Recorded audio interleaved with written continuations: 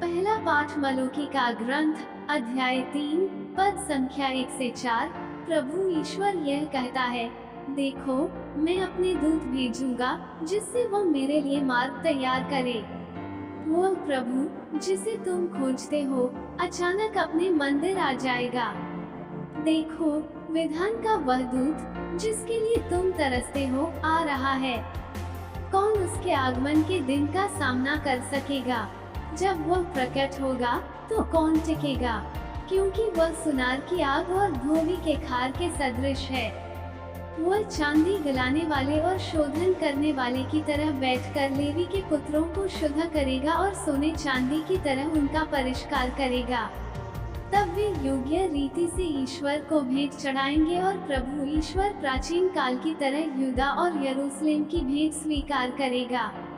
सुसमाचार संत लूकस, अध्याय 2, पद संख्या 22 से 40। जब मूसा की संहिता के अनुसार शुद्धिकरण का दिन आया, तो वे बालक को प्रभु को अर्पित करने के लिए यरूशलेम ले गए, जैसा कि प्रभु की संहिता में लिखा है, हर पहलौठा बेटा प्रभु को अर्पित किया जाए, और इसलिए भी कि वे प्रभु की संहिता के अनुसार पंडुकों का एक जोड़ा या कपोत के 2 बच्चे बलिदान में चढ़ाएं।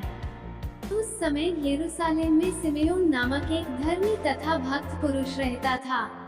वो इस्राएल की सांत्वना की प्रतीक्षा में था और पवित्र आत्मा उस पर छाया रहता था। उसे पवित्र आत्मा से यह सूचना मिली थी कि वो प्रभु के मसीह को देखे बिना नहीं मरेगा। वो पवित्र आत्मा की प्रेरणा से मंदिर आया। माता पिता शिशु ईसा के लिए संहिता की रीतियां पूरी करने जब उसे भीतर लाए, तो सिमेयोन ने ईसा को अपनी गोद में ले लिया और ईश्वर की स्तुति करते हुए कहा, प्रभु, अब तू अपने वचन के अनुसार अपने दास को शांति के साथ विदा कर, क्योंकि मेरी आंखों ने उस मुक्ति को देखा है जिसे तूने सब राष्ट्रों के लिए प्रस्तुत किया है। यह गैर यहूदियों के प्रबोधन के लिए ज्योति है और तेरी प्रजा इस्राएल का गौरव। बालक के विषय में ये बातें सुनकर उसके माता पिता अचंभे में पड़ गए। सिमेयोन ने उन्हें आशीर्वाद दिया और उसकी माता मरियम से यह कहा, देखिए, इस बालक के कारण इस्राएल में बहुतों का पतन और उत्थान होगा। यह एक चिन्ह है जिसका विरोध किया जाएगा। इस प्रकार बहुत से हृदयों के विचार प्रकट होंगे और एक तलवार आपके हृदय को आर पार बेधेगी। अन्ना नामक एक नबिया थी जो असवंशी फनूएल की बेटी थी। वो बहुत बूढ़ी हो चली थी। वो विवाह के बाद केवल 7 बरस अपने पति के साथ रहकर विधवा हो गई थी और अब 86 बरस की थी। वो मंदिर से बाहर नहीं जाती थी और उपवास तथा प्रार्थना करते हुए दिन रात ईश्वर की उपासना में लगी रहती थी। वो उसी घड़ी आकर प्रभु की स्तुति करने और जो लोग यरूशलेम की मुक्ति की प्रतीक्षा में थे, वो उन सबों को उस बालक के विषय में बताने लगी। प्रभु की संहिता के अनुसार सब कुछ पूरा कर लेने के बाद वे गलीलिया अपनी नगरी नाजरेत लौट गए। बालक बढ़ता गया, उसमें बल तथा बुद्धि का विकास होता गया और उस पर ईश्वर का अनुग्रह बना रहा। मनन चिंतन। आज हम प्रभु का समर्पण का पर्व मनाते हैं, जो मंदिर में बालक यीशु का समर्पण की याद दिलाता है। आज के सुसमाचार में हम देखते हैं, मरियम और यूसुफ यीशु को मूसा की संहिता की आवश्यकताओं को पूरा करने के लिए मंदिर ले गए, जिसमें कहा गया था कि पहलौठे बालक को प्रभु के लिए समर्पित किया जाना चाहिए। मंदिर में वे सिमेयोन से मिले, जिसे पवित्र आत्मा ने वादा किया था कि वो मसीह को देखे बिना नहीं मरेगा।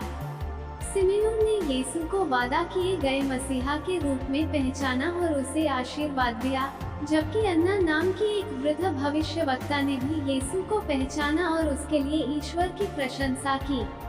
इस घटना को पुराने नियम की भविष्यवाणियों की पूर्ति और यीशु को मसीहा के रूप में मान्यता के रूप में देखा जाता है। यह पर्व हमें सिमेयोन के साथ जश्न मनाने के लिए आमंत्रित करता है कि सभी भविष्यवाणी पूरी हो गई है, जबकि साथ ही यह हमें यह याद रखने के लिए आमंत्रित करता है कि यीशु का जन्म हमारे पापों के लिए बलिदान के रूप में मरने के लिए हुआ था। यह पर्व हमें इस बात पर भी विचार करने के लिए आमंत्रित करता है कि कैसे धन्य माता ने ईमानदारी से मूसा की संहिता का पालन किया और अपने बालक के साथ शुद्ध होने के लिए मंदिर गई। सदियों से आज के पर्व को कैंडल मास भी कहा जाता रहा है, प्रकाश या मोमबत्तियों का उत्सव।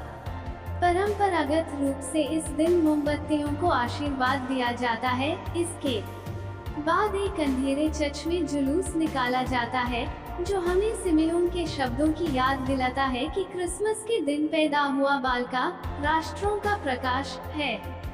यह पर्व यीशु को प्रकाश के रूप में पहचानने के लिए आमंत्रित करता है, जो पाप और मृत्यु को नष्ट करने के लिए अंधेरे में आया है। स्वयं का बलिदान हमें प्रभु के प्रकाश की मोमबत्तियां बनने में मदद करे, ताकि मसीह का प्रकाश हमें उज्जवल रूप से चमक सके। आमीन।